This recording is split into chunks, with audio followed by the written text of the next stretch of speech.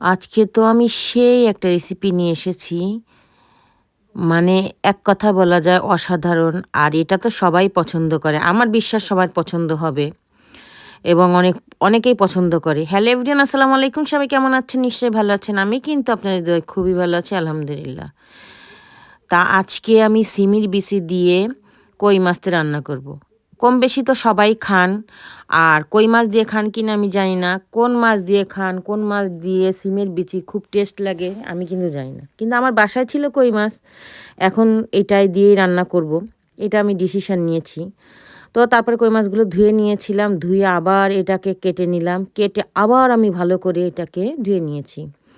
নিয়ে এখন এর ভিতরে আমি লবণ, হলুদ আর গোলমরিচের গুঁড়া দিব। আপনারা একবার ট্রাই করে দেখতে পারেন যে এই গোলমরিচের গুঁড়া মাছ ভাজার মধ্যে দিলে কতটা টেস্ট হয় মাছটা খাবার সময়। একবার ট্রাই করে দেখতে পারেন। আমার বিশ্বাস আপনাদের কাছে খারাপ লাগবে না।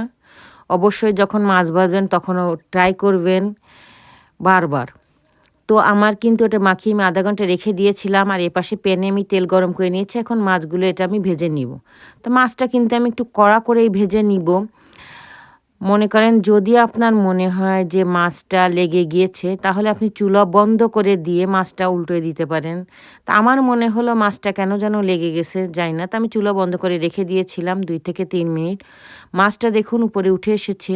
এখন আবার আমি চুলা জ্বালিয়ে দিয়ে অন্য পিঠটা ভালো করে ভেজে নিলাম। বাকিগুলো ভেজে নিয়েছি। এখন এখানে আমি সিমের বিচি ভেজে নিব, কারণ সিমের বিচিতে কিন্তু একটা গন্ধ আসে। যদি আপনি এটাকে ভেজে নেন তেল দিয়ে তাহলে খাবার সময় আপনি বুঝতেই পারবেন না এটা সিমের বিচি। তো এখানে আমি কিছু তেল নিয়েছি, নিয়ে এখানে পেঁয়াজ, একটা পেঁয়াজ, বড় পেঁয়াজ কেটে নিয়েছি, নিয়ে এটা আমি ভেজে নিব ব্রাউন কালার করে।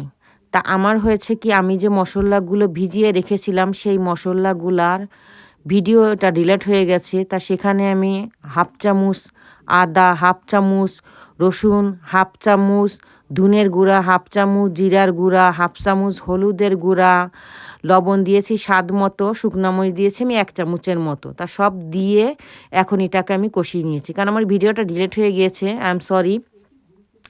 তারপরে এখন আমি সিমের বিচিটা দিয়ে দিচ্ছি। আর এখানে আমি ২টা আলু নিয়েছি। তা আলুগুলোকে একটু পাতলা পাতলা করে কেটে নিয়েছি।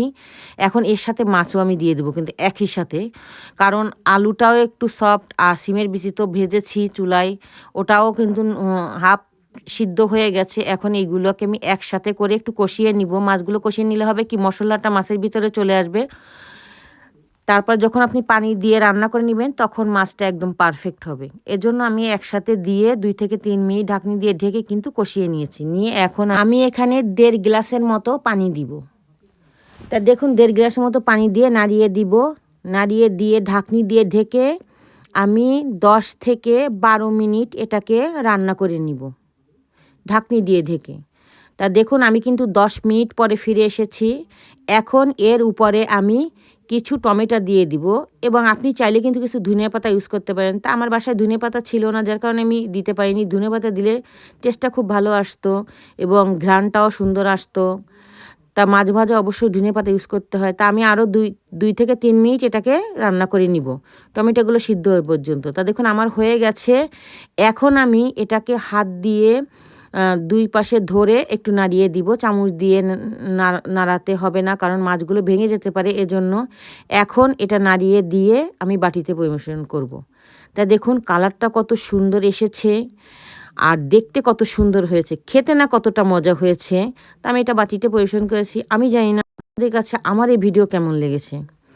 যদি ভালো লেগে থাকে প্লিজ প্লিজ আমার পেজটি ফলো করবেন আর কমেন্ট করবেন কেমন হয়েছে। তা আজকে এ পর্যন্ত। সবাই ভালো থাকবেন, সুস্থ থাকবেন। আসসালামু আলাইকুম। দেখা হবে নেক্সট ভিডিওতে।